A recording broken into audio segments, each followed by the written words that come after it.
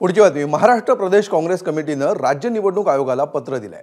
राज्यातील महानगरपालिका निवडणुकांसाठी प्रारूप मतदार यादी 20 नोव्हेंबर रोजी जाहीर झाली आहे आणि या याद्यांवर हरकती आणि सूचना मागवण्यासाठी 27 नोव्हेंबर पर्यंतची मुदत देण्यात आली। मात्र बऱ्याच महानगरपालिकांमध्ये प्रारूप मतदार याद्यांवर हरकती आणि सूचना घेण्यासाठी मुदत वाढवण्याची आवश्यकता आहे, असं या पत्रातून कळवण्यात आलंय।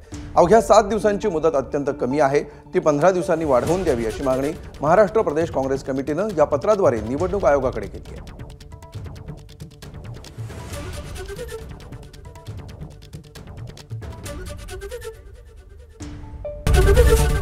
एबीपी माझा, उघडा डोळे बघा नीट।